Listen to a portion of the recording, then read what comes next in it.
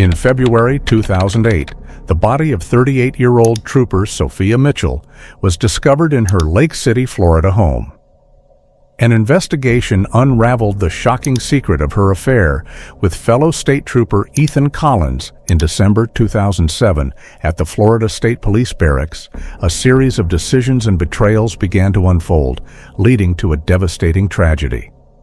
At 6:45 a.m., Sophia Mitchell, a respected state trooper, is found dead in her home.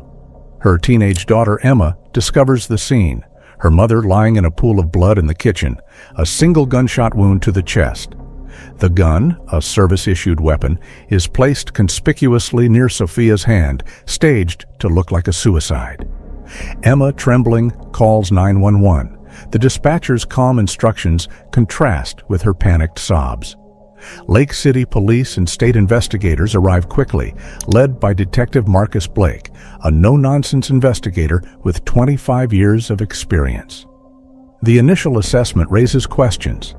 Sophia's service weapon is unusually clean despite the blood spatter, and there are no signs of forced entry. Detective Marcus Blake had spent decades unraveling criminal mysteries, but the case of Trooper Sophia Mitchell's death felt different from the start. It wasn't just the brutality of the crime that unsettled him, it was the cracks in the surface of a seemingly perfect life. Sophia Mitchell had built a reputation as a diligent and principled state trooper. She had joined the force in her late 20s, balancing her role as a single mother with her ambition to rise in a male-dominated field. Her teenage daughter, Emma, was her world. Sophia had always put Emma first, juggling long shifts and late-night casework while making sure to attend school events, parent-teacher meetings, and their traditional Friday night movie marathons. Colleagues described her as driven but kind-hearted, someone who didn't hesitate to lend a helping hand, even after a grueling day on patrol. But behind her badge and uniform, Sophia carried burdens. She didn't share. After her divorce, she struggled with loneliness and a longing for connection. When Ethan Collins, a senior trooper in his early 40s, began showing interest in her, she couldn't help but be drawn to him. Ethan was charismatic and respected, a man with a spotless record and a calm authority that made him a natural leader. He had been with the force for nearly 2 decades and was often praised for his quick thinking in high-pressure situations.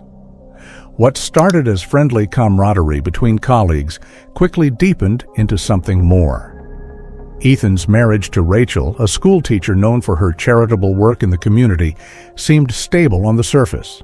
They had 2 young sons, and their family photos were often featured in local newsletters. But Ethan had confided in Sophia about the cracks in his marriage, telling her he felt trapped in a life that no longer made him happy. Sophia, in turn, confided her own fears that she was unworthy of love, that she was destined to live the rest of her life alone. Their affair was passionate, but fraught with tension. Sophia wanted more than stolen moments and whispered promises. She began pressing Ethan to leave Rachel, telling him that they could build a life together if he was willing to take the risk. Ethan, however, was hesitant. He had too much to lose: a stable home, his standing in the community, and his spotless career. By February 14, 2008, Detective Lynch and his team began to piece together the complexity of Sophia's life. During the initial stages of the investigation, Emma Mitchell had mentioned overhearing arguments between her mother and a man she worked with. This vague lead sent the detectives combing through Sophia's phone records, emails, and work logs.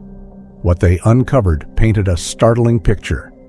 Explicit emails between Sophia and Ethan surfaced, detailing a relationship that had grown increasingly volatile. In one exchange, Sophia expressed frustration with Ethan's reluctance to leave his wife. In another, Ethan pleaded with her for patience, saying he needed more time. It was clear from the tone of their correspondence that Sophia had been growing impatient, and Ethan had been feeling cornered. Detective Lynch called Ethan Collins in for questioning on February 14, 2008, a cold winter morning that mirrored the tension in the room. Ethan arrived in uniform, his usual composed demeanor faltering as Lynch began to probe. At first, Ethan denied any involvement with Sophia beyond a professional relationship, but when the emails and text messages were presented, his resolve cracked. He admitted to the affair, though he downplayed its significance, describing it as a mistake he had been trying to end. The investigation into Ethan's private life revealed a man far more complicated than his public persona. Ethan had married Rachel when they were both in their early 20s. At the time, he had been a fresh recruit at the police academy, and Rachel had been working as a teaching assistant. Their life together had seemed idyllic: family vacations to the coast, community barbecues, and Christmas cards sent to nearly everyone they knew. But Ethan's career consumed him, leaving little time for his family. Rachel had become more involved in community projects, filling the void his absence created. Their relationship devolved into polite but distant cohabitation. The pressure of balancing a failing marriage, the demands of his job, and the intensity of his affair with Sophia had pushed Ethan to a breaking point. His colleagues began to notice subtle changes in him during the weeks leading up to Sophia's death. He was more irritable, prone to snapping at junior officers during briefings. Some chalked it up to job stress, but in hindsight, it seemed like a man unraveling under the weight of his secrets. Meanwhile, the autopsy results added another layer to the mystery. The medical examiner concluded that Sophia had been shot at close range, but the angle of entry made it impossible for her to have pulled the trigger herself. It was a staged suicide, and the evidence suggested premeditation. The investigators were certain they were dealing with a homicide, and all signs pointed to Ethan. The forensic team delivered a breakthrough on February 20th, 2008. A routine search of Ethan Hayes' car turned up a jacket that tested positive for gunpowder residue. This discovery, combined with CCTV footage from a nearby traffic camera, placed Ethan's car less than half a mile from Sophia's house on the night of the murder. Ethan claimed he had been conducting a routine patrol, but the timing was suspicious. He had logged off duty hours earlier. Emma Mitchell also provided a critical piece of information. In her second interview, she recalled hearing her mother arguing with Ethan in their kitchen just days before the murder. Emma hadn't been able to make out every word, but Sophia's voice had been sharp and insistent, while Ethan's tone was low and tense. After the argument, Sophia had stormed upstairs, slamming her bedroom door, while Ethan left without saying goodbye. The argument, coupled with Sophia's emails threatening to reveal their affair to Rachel, painted a picture of a relationship spiraling out of control. Detective Lynch began to see the pieces falling into place. Ethan, fearing the collapse of his marriage and career, had the motive, the means, and now the opportunity to silence Sophia permanently. As the evidence mounted, the pressure on Ethan intensified. Colleagues who had once admired him began to distance themselves. Rumors swirled through the department, and the media caught wind of the investigation, though details were kept tightly under wraps. Ethan's composed facade started to crumble, and he began avoiding contact with anyone outside his immediate family. Detective Lynch, however, wasn't ready to arrest Ethan just yet. He wanted every piece of evidence in place, knowing the case would be heavily scrutinized. The investigation continued, but one thing was clear: the walls were closing in on Ethan Collins. Detective Marcus Blake knew the key to solving a case often lay hidden in the smallest details. As the investigation into Sophia Mitchell's murder entered its third week, every lead pointed back to Ethan Collins. But there was still one glaring question: why now? What could have driven Ethan, a man with a pristine reputation, to risk everything in such a violent and permanent way? The answer, it turned out, was buried in his financial records. Lynch had assigned a junior detective to comb through Ethan's bank statements, credit reports, and financial history. What they discovered on March 1st, 2008, sent shockwaves through the team. Just a month earlier, Rachel Collins, Ethan's wife, had inherited a staggering $500,000 from her late father, an affluent businessman. The inheritance was a life-changing amount deposited directly into a joint account Ethan shared with Rachel. But there was a catch. If Rachel filed for divorce, Ethan would lose access to that money entirely. This revelation painted Ethan's actions in a new light. The stakes were no longer just his marriage or reputation, they were financial survival. If Sophia Mitchell had followed through on her threats to expose their affair, the fallout would have been catastrophic. Rachel would undoubtedly have left him, and Ethan's career would have been irreparably damaged. Faced with losing everything, Ethan's desperation seemed to have reached a breaking point. Yet, just as the team began to solidify their case against Ethan, a new shadow of doubt emerged. Rachel Collins. The woman at the heart of Ethan's potential unraveling became a suspect herself.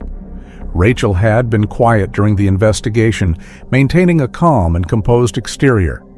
She had told detectives she had spent the evening of February 11, 2008, at home with her children, helping them with homework and preparing for a charity event at their church. But as Lynch and his team delved deeper, cracks began to appear in her story. A witness came forward on March 1, 2008, claiming to have seen a car matching Rachel's parked near Sophia's home on the night of the murder. The description was specific enough to raise eyebrows: a black sedan with a bumper sticker for a local Christian school, just like the one Rachel drove.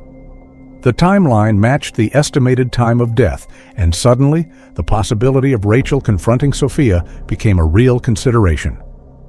Detectives began to reconsider Rachel's potential role in the crime.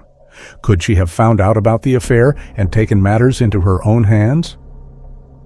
There was no denying she had motive. The affair was a betrayal of her marriage, her family, and her carefully constructed life.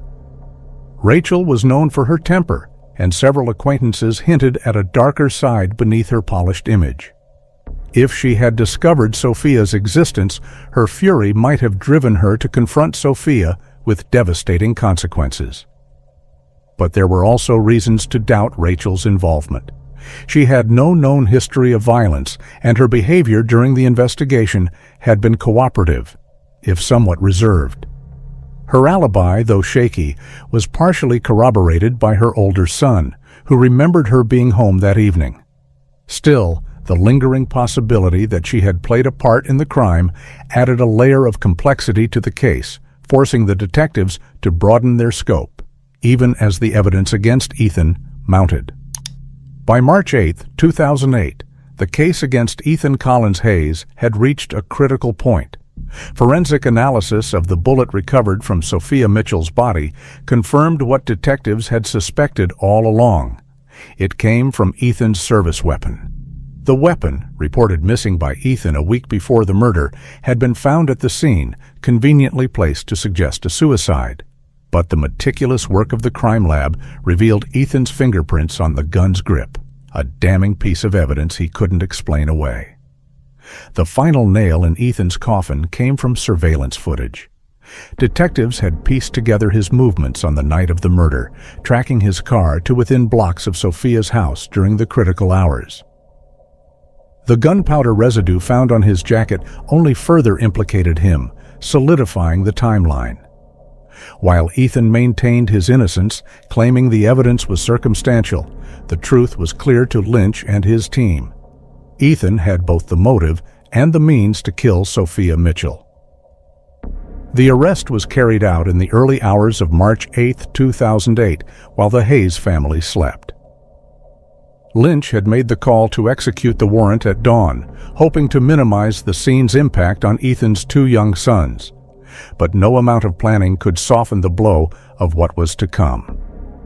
When officers arrived at Ethan's suburban home, Rachel answered the door, visibly disoriented in her robe and slippers. She was given little time to process what was happening before Ethan was handcuffed and escorted out. The children, awakened by the commotion, stood at the top of the stairs, their faces pale with confusion and fear. Rachel's expression shifted from shock to fury, but whether her anger was directed at Ethan or the officers was unclear. Ethan maintained his composure as he was placed in the back of a patrol car, but his eyes betrayed his growing panic. The neighbors, already peeking through curtains and stepping onto their porches, began whispering amongst themselves. The once-admired trooper was now a man marked by scandal and suspicion, his carefully constructed life unraveling in front of everyone. Back at the station, Ethan was charged with first-degree murder. His silence during the booking process was deafening, a stark contrast to his earlier defiance during questioning. He requested a lawyer immediately, but the weight of the evidence against him left little room for doubt. Rachel, though initially questioned as a potential co-conspirator, was not formally implicated due to a lack of concrete evidence. Her role in the case remained ambiguous, leaving the detectives and the community to speculate about her possible involvement. Had she been complicit in the cover-up, or was she another victim of Ethan's lies and betrayal? The truth, for now, remained elusive. As the sun rose over the quiet streets of Lake City, the town was left reeling. The arrest of Ethan Collins, a once respected figure in the community, marked the beginning of a long and painful journey for everyone involved. For Detective Lynch, the case was far from over.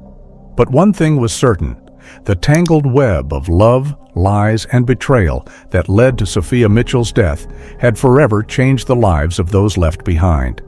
The trial of Ethan Collins began in August 2009, drawing national attention to a case that had already captivated the small community of Lake City, Florida. The courtroom, packed with reporters, curious locals, and those directly affected by the tragedy, buzzed with anticipation. The once respected state trooper now sat at the defendant's table, his clean-cut image replaced by a somber, weathered face.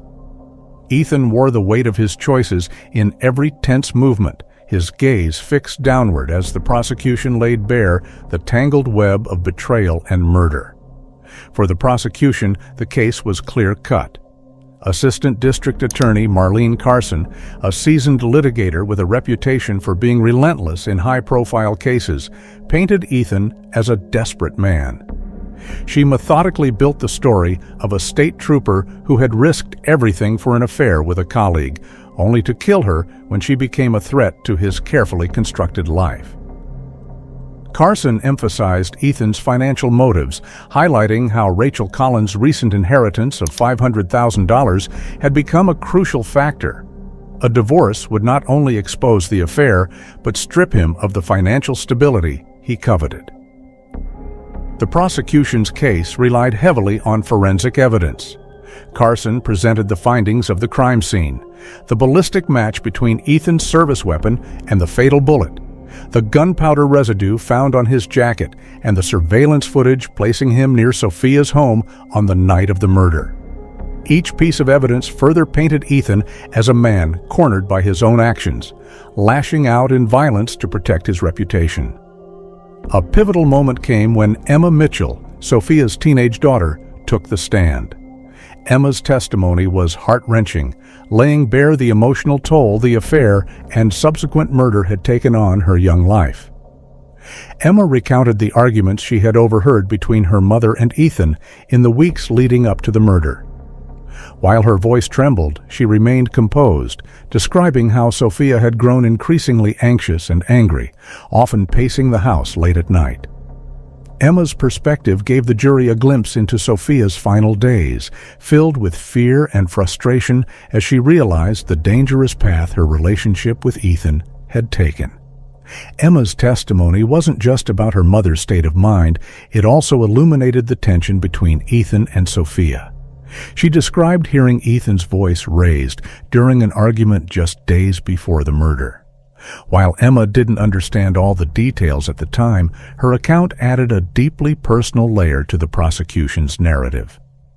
The court watched in silence as Emma, now living with her aunt and uncle, broke down in tears, mourning the loss of her mother while grappling with the betrayal that had shattered her family. The defense, led by attorney Paul Grayson, fought to cast doubt on the prosecution's case. Grayson, a calm and calculated lawyer, argued that Ethan was being framed. He pointed to Rachel Collins as a potential suspect, raising questions about her whereabouts on the night of the murder and her possible jealousy over the affair. Grayson claimed that Rachel had far more to lose emotionally than Ethan, portraying her as an unstable woman driven to desperate measures. Grayson also attempted to undermine the forensic evidence, suggesting that the crime scene had been tampered with or mishandled by investigators. He argued that Ethan's fingerprints on the weapon could have been transferred under innocent circumstances, and he downplayed the significance of the gunpowder residue, calling it inconclusive. However, the defense's strategy faltered when Rachel Collins took the stand. Her testimony was a defining moment in the trial. Rachel, poised but visibly shaken, portrayed herself as a betrayed wife grappling with the humiliation of her husband's infidelity. She described how she had discovered the affair shortly before Sophia's murder, but had chosen to confront Ethan privately rather than act out in anger. Rachel's composure and the consistency of her account painted her as a victim rather than a perpetrator, effectively dismantling the defense's attempts to implicate her. Her testimony also shed light on Ethan's demeanor in the weeks leading up to the murder. Rachel described him as agitated and withdrawn, often leaving the house late at night without explanation. She told the jury that, while she had hoped to repair their marriage for the sake of their children, she had sensed that Ethan was spiraling out of control. By the time the prosecution rested its case, the jury had been presented with a damning portrait of Ethan Collins. The financial motive, the forensic evidence, and the emotional testimonies combined to paint a picture of a man who had crossed every line to protect himself. The defense's attempts to cast doubt fell flat, especially in light of Rachel's compelling testimony. On a crisp morning in October 2009, the jury returned its verdict. The courtroom was tense, the air heavy with anticipation. Ethan Collins, once a pillar of the community, stood motionless as the foreman read the decision. Guilty of first-degree murder. The sentence, life without the possibility of parole, was handed down swiftly, leaving no room for leniency. The verdict sent shockwaves through the state police force. Ethan's colleagues, many of whom had testified to his professional excellence, were left grappling with the betrayal of one of their own. For a department built on trust and integrity, the revelation of Ethan's actions cast a long shadow. For Emma Mitchell, the verdict marked a bittersweet moment. While it brought a sense of justice for her mother, it couldn't erase the pain of her loss. Emma moved in with relatives out of state, where she began rebuilding her life. Inspired by her mother's strength and the tragic events that unfolded, Emma became an advocate for victims of domestic violence and betrayal, speaking out about the devastating consequences of unchecked desperation and manipulation. Rachel Collins, now free from the weight of her marriage, moved away from Lake City to escape the whispers and judgment of the community. While she tried to rebuild her life, the scars of Ethan's betrayal lingered, leaving her forever tied to a case that had consumed her family. The case of Ethan Collins and Sophia Mitchell remains a chilling reminder of how passion, betrayal, and desperation can lead to unimaginable acts. The trial, with its emotional testimonies and shocking revelations, continues to haunt those who lived through it, a testament to the fragile balance between love and destruction. What drives a person to such extremes? Was Ethan's betrayal fueled solely by fear of exposure, or were there darker secrets yet to be uncovered? In the small town of Lake City, questions linger even as justice is served. Thank you for watching this true crime story. If you'd like to see more real-life cases like this, please remember to give the video a thumbs up and subscribe to our channel. Let us know in the comments what you think about this tragic case and turn on notifications so you never miss the next gripping story. Until next time, stay safe and stay curious.